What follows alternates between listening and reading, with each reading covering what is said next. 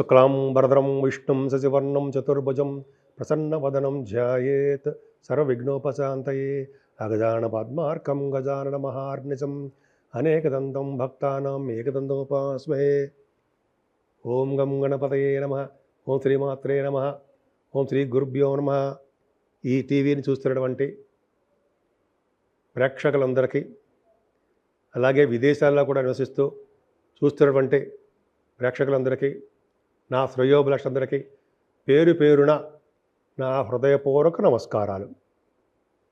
ఇప్పుడు మనం పంచాంగ శ్రవణం, ఉగాది రోజు వచ్చే పంచాంగ శ్రవణం చాలా చాలా ప్రాముఖ్యత ఉందండి. ఈ పంచాంగ శ్రవణం వినడం వల్ల ఏం ఫలితాలు వస్తాయి, చెప్పడం వల్ల ఏం ఫలితాలు వస్తాయి, అలాగే ఈ సంవత్సరం మొత్తం కూడా వర్షాలు ఎలా కురుస్తాయి, పంటలు ఎలా పండుతాయి, రాజు ఎవరు, మంత్రి ఎవరు, ఈ సంవత్సరం మొత్తం ఎలా ఉంటుంది, అసలు ఈ సంవత్సరం పేరు ఏంటి, ఇవన్నీ మనం ఒక్కొక్కటి తెలుసుకుందామా. మరి అసలు ఈ పంచాంగ శ్రవణం అనేది ఫస్ట్ బ్రహ్మ సృష్టి చైత్రమాసము శుద్ధ పాడ్యమి నుండి అవిచ్ఛిన్నంగా సాగుతుందండి, నిరంతరము కొనసాగుతుంది. నేటికి కూడా ఈ ప్రక్రియ జరుగుతూనే ఉందండి. కాబట్టి ప్రతి శుద్ధ చైత్ర పాడ్యమి రోజునే మనం ఈ ఉగాది పండగ జరుపుకుంటాం.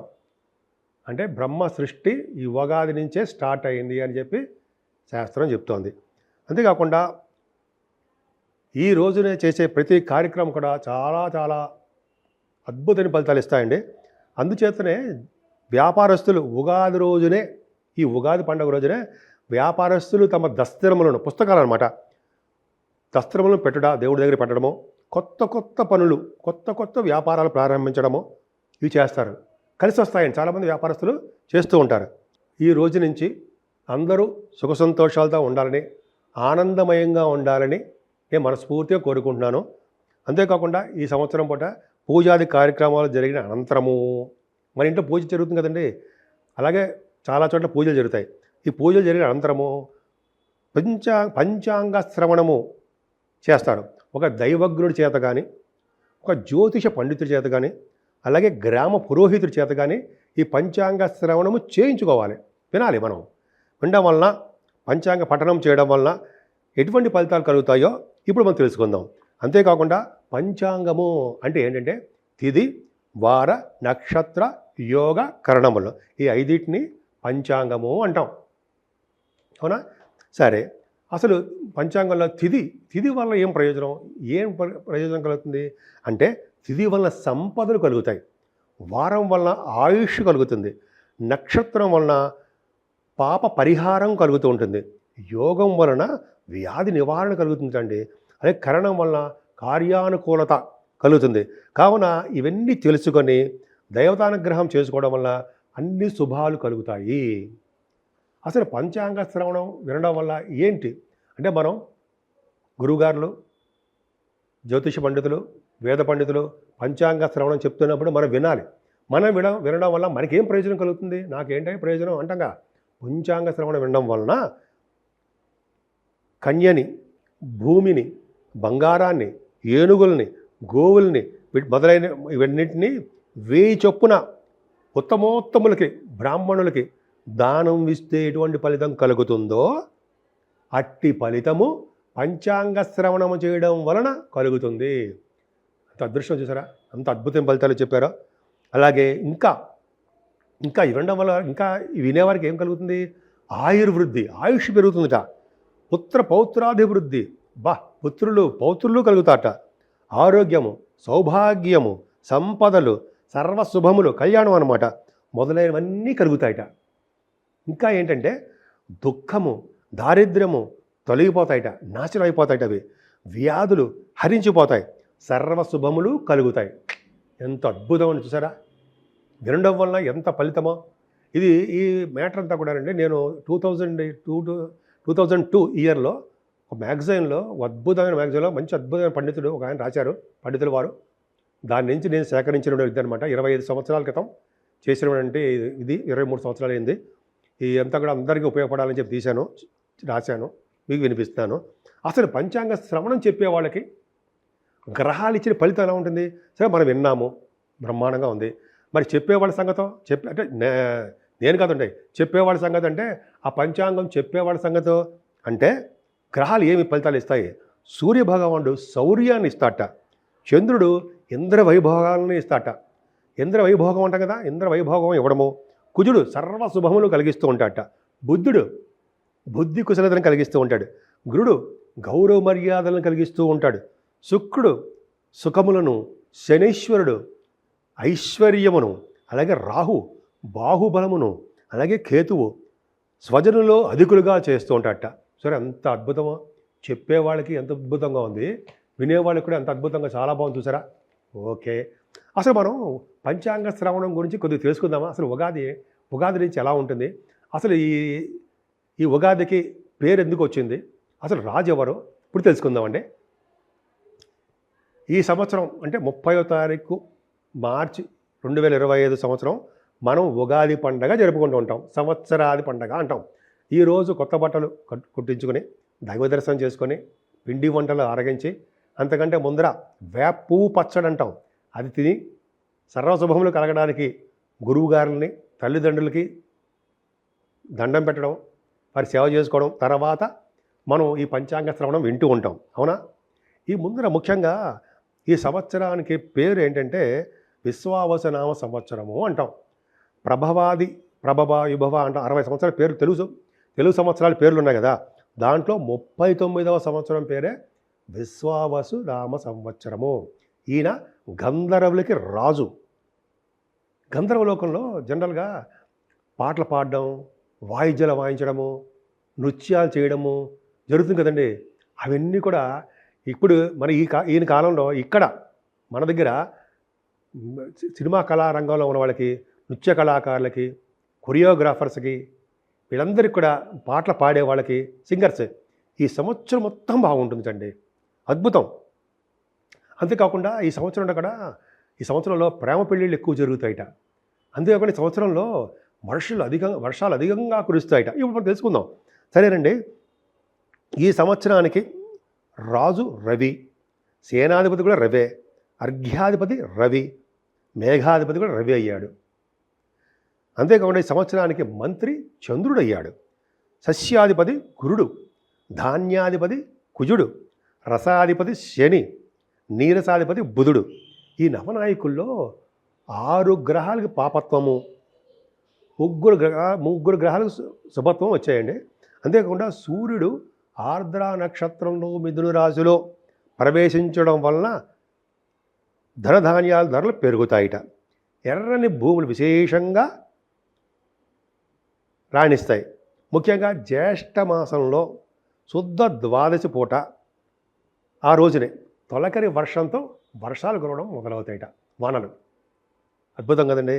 అసలు విశ్వావసనామ సంవత్సరం యొక్క ఫలితం అని తెలుసుకుందామండి. విశ్వావసనామ సంవత్సరం ఏంటి? ఈ విశ్వావసనామ సంవత్సరంలో ఇందాక చెప్పినట్టుగానే బాగా వర్షాలు పడతాయి. ప్రజలు దొంగలచే పీడింపబడతారని శాస్త్రం కాదు, జనరల్గా ఈ సంవత్సరంలో జరిగే పనులు అనమాట. ప్రజలకు ఆరోగ్య సమస్యలు ఉంటాయి. పాలకుల్లో లోభత్వం కూడా ఉంటుందిట. ఆహార ధాన్యపు ధరలు అనుకుందాం పెరుగుతాయి. ఈ సంవత్సరంలో ఈతి బాధలు, దుర్భిక్షము, భయోత్సాహము, రాజకీయ ఒడిదుడుకులు, భయోత్సాహం కాదండి, భయోత్పాదము, భయముల చేత ఉత్పాదాలు వస్తాయిట. రాజకీయంగా ఒడిదుడుకులు, మిత్రుల మధ్య విభేదాలు, కలహాలు, దేశాల మధ్య యుద్ధ వాతావరణాలు ఉంటాయిట. గోధుమలు, ఆహార ధాన్యాలు, నూనె ధరలు విపరీతంగా ధరలు పెరిగిపోతాయిట. అసలు ఈ సంవత్సరంలో పుట్టిన వాళ్ళ సంగతి ఎలా ఉంటారో తెలుసుకుందామా? ఈ సంవత్సరంలో అంటే విశ్వావసనామ సంవత్సరంలో ఎవరైతే పుడతారో వాళ్ళ యొక్క జాతకం అంటే వాళ్ళ యొక్క ఎలా ఉంటారో, ఈ సంవత్సరం యొక్క ప్రభావం వాళ్ళ మీద ఎలా ఉంటుందంటే, ఈ విశ్వావసనామ సంవత్సరము ధనధాన్యము విశేష పుణ్యఫలాన్ని ఇస్తాయిట. ముఖ్యంగా విషయం చెప్పాలండి, ఈ విశ్వావసనామ సంవత్సరంలో ధాన్యాన్ని దానం చేయడం వలన విశేషమైన పుణ్యఫలం కలుగుతుంది.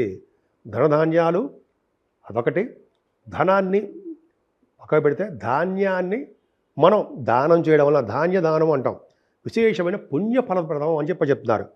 ఈ సంవత్సరంలో జన్మించిన వారు మధురమైన ఆహారాన్ని భుజిస్తూ సద్గుణవంతులైనటువంటి కళత్రం కలిగి సంతానం మంచి అద్భుతమైన సంతానం కలిగి సత్సంతానం కలిగి పొందుతారు, సత్సంతానాన్ని పొందుతారు. వాక్శుద్ధి, సౌశీల్యం, సమన్వయం, ఉదార స్వభావం, ఉత్తమమైన నడవడిక, సహనము, ఓర్పు కలిగి ఉంటారట ఈ సంవత్సరంలో పుట్టిన వాళ్ళు. అద్భుతం చూడండి. అంతేకాకుండా ఉన్నతమైన జీవనం కలిగి ఉంటారట. ఈ విశ్వావసన సంవత్సరంలో ప్రజలు విలాసవంతమైన జీవితాన్ని కూడా గడుపుతారట. ఇందులో చెప్పాను, విలాసవంతమైన జీవితాన్ని గడుపుతారు. ప్రేమ వివాహాలు జరుగుతాయి. కళారంగం వాళ్ళకి సంగీతం, సాహిత్యం, నృత్యం, గాయకులు, పాటలు పాడేవాళ్ళు, వాళ్ళందరూ కూడా కలిసి వచ్చే మంచి కాలం అండి. వాళ్ళకి గుర్తింపు, గౌరవము, ధనము వీళ్ళకి సంప్రాప్తిస్తాయి. సుఖదుఖాలను సమానంగా అనుభవిస్తారట ఈ సంవత్సరం. అంతేకాకుండా ఈ సంవత్సరం చైత్రమాసం నుండి రాజకీయ కల్లోలాలు, ధరలు పెరగడము ఇవన్నీ జరగబోతున్నాయి. ఈ విశ్వావసన సంవత్సరంలో రాజు రవి అవడం వలన పాలకుల మధ్య పరస్పర విభేదాలు, ప్రజలు ప్రభువుల మధ్య భయము, అగ్ని బాధలు, ఈతి బాధలు, పశువులు పాలు తక్కువగా ఇవ్వడాలు, పాడి పంటలు అతి తక్కువగా ఉండడము, చోరాగ్ని బాధలు కలిగి ఉంటాయి. కొన్ని దేశాల్లో మాత్రము అధికారంలో మార్పులు సంభవిస్తాయి, రాజకీయ కల్లోలం కూడా ఉంటుందిట. అంతేకాకుండా మంత్రి ఉన్నాడు కదా చంద్రుడు, సూపర్, ఆయన అద్భుతంగా ఉంటాడండి, కూల్గా ఉంటాడు కదా చంద్రుడు వలన ప్రజాభ్యుదయము, రాజకీయ అభ్యుదయము ఉంటాయిట. ఈ సంవత్సరం చంద్రుని వలన వానలు అధికంగా కురుస్తాయిటండి. రైతులకి చక్కటి పంటల వలన సుఖ సంతోషాలతోటి ఉంటారు వాళ్ళు. ధనం సమృద్ధిగా వస్తుంది, పంటలు చాలా బాగా పండుతాయి. అంతేకాకుండా ఆహార ధాన్యాల కొరత కూడా తీరుతుందట. పాడి పంటలు సమృద్ధిగా ఉంటాయి. కిరోసిన్ ధరలు, పెట్రోల్ ధరలు కూడా తగ్గుతాయిట చంద్రుని వల్ల. కిరోసిన్ ధరలు, పెట్రోల్ ధరలు తగ్గుతాయిట, మనం చూద్దాం. అంతేకాకుండా బంగారము, వెండి ధరలు కూడా బాగా పెరుగుతాయిట. ఈ సంవత్సరంలో ప్రజలకు ఆకలి బాధలు ఉండడము, వర్షాలు తక్కువగా పడ్డము, యుద్ధ భయము, రాజకీయ ఒడిదుడుకులు, ఎర్రని ధాన్యాల వృద్ధి రవి వలన కలగబోతున్నాయి. ఈ సంవత్సరం అంటే 4 గ్రహాల యొక్క మార్పు సంభవించబోతోంది. అంటే శనీశ్వరుడు కుంభరాశి నుంచి మీనరాశిలోకి మారడము, గురుడు 15వ తారీఖు మే 15, శనీశ్వరుడు 30వ తారీఖు మార్చి, మే 15వ తారీఖుని గురుడు వృషభ రాశిలోంచి మిథున రాశిలోకి మారడము, 3వది రాహు మీనరాశిలోంచి కుంభరాశిలోకి వాయుతత్వ రాశిలోకి మారుతుండో, సూపర్, మారడము, సింహరాశిలోకి కేతువు చాలా మంచి ఫలితాలు ఇస్తాడు. ఈ 4 గ్రహాల యొక్క ప్రభావము ఈ సంవత్సరంలో ఉంది. సరే, సంవత్సరంలో 4 గ్రహాలు మారడము, సరస్వతీ నది పుష్కరాలు జరగడము ఎంతో అద్భుతంగా ఉంటుంది. మే 15వ తారీఖు నుంచి 26 మే 2025వ తారీఖు వరకు కూడా 12 రోజుల పాటు సరస్వతీ నది పుష్కరాలు మొదలవబోతున్నాయి. ఈ 12 రోజులు కూడా ప్రజలందరూ సంకల్పపూర్వకంగా స్నానం చేయాల్సిమా, గవగా వెళ్ళిపోయి స్నానం చేయకూడదు. ఎప్పుడు కూడా సత్ఫలితాలు ఇవ్వవు. ఒక బ్రాహ్మణి చేత, అంటే మన గోత్రనామాలు మనకు తెలుసు. గోత్రనామాలు సంకల్పం అంటే మీకు తెలుసు కదా, గోత్రనామాలు మనం ఎక్కడున్నాం, ఏ ఊళ్ళో ఉన్నాం, ఏ నది పక్కన ఉన్నాం, అవన్నీ ఎవ్వరు అడిగి చెప్తారు. అలా సంకల్పం అంటారు, దాన్ని సంకల్పం అంటాం. అంటే తీర్థం తీసుకోవడం అన్నమాట. జస్ట్ నీళ్లు తీసుకోవడం సంకల్పపూర్వకంగా బ్రాహ్మణ చేతి చెప్పించుకోవాలండి. చేయించుకోవడమో స్నానం చేయడం వల్ల అద్భుతమైన ఫలితాలు ఉంటాయి. అంతేకాకుండా జపము, దానము, తర్పణాలు, పిండ ప్రదానాలు చేయడం వలన పితృదేవతలు సంతృప్తి చెంది మన వంశం వృద్ధి కలగాలని చెప్పి దీవించి వెళ్తారటండి. ఎంత అద్భుతం. అంతేకాకుండా ఋగ్వేదంలో కూడా సరస్వతి పుష్కరాల గురించి చెప్పబడిందండి. సరస్వతి అమ్మవారి గురించి ఋగ్వేదంలో సరస్వతీదేవి జ్ఞాన సరస్వతి అని, జ్ఞానాన్ని శక్తిని ప్రసాదించే అమ్మవారని ఈ మన దేవతలు ప్రజలు అందరూ కూడా విశ్వసిస్తారు. కాబట్టి సరస్వతి పుష్కరాలు సరస్వతి నది పుష్కరాలు ఎంతో ప్రాముఖ్యత ఉందండి. అంతేకాకుండా ఈ విశ్వావసునామ సంవత్సరం అందరికీ కలిసి రావాలని, అలాగే అందరూ సుఖ సంతోషాలతోటి ఆనందంతో అభివృద్ధి చెందాలని నేను మనస్ఫూర్తిగా కోరుకుంటున్నాను.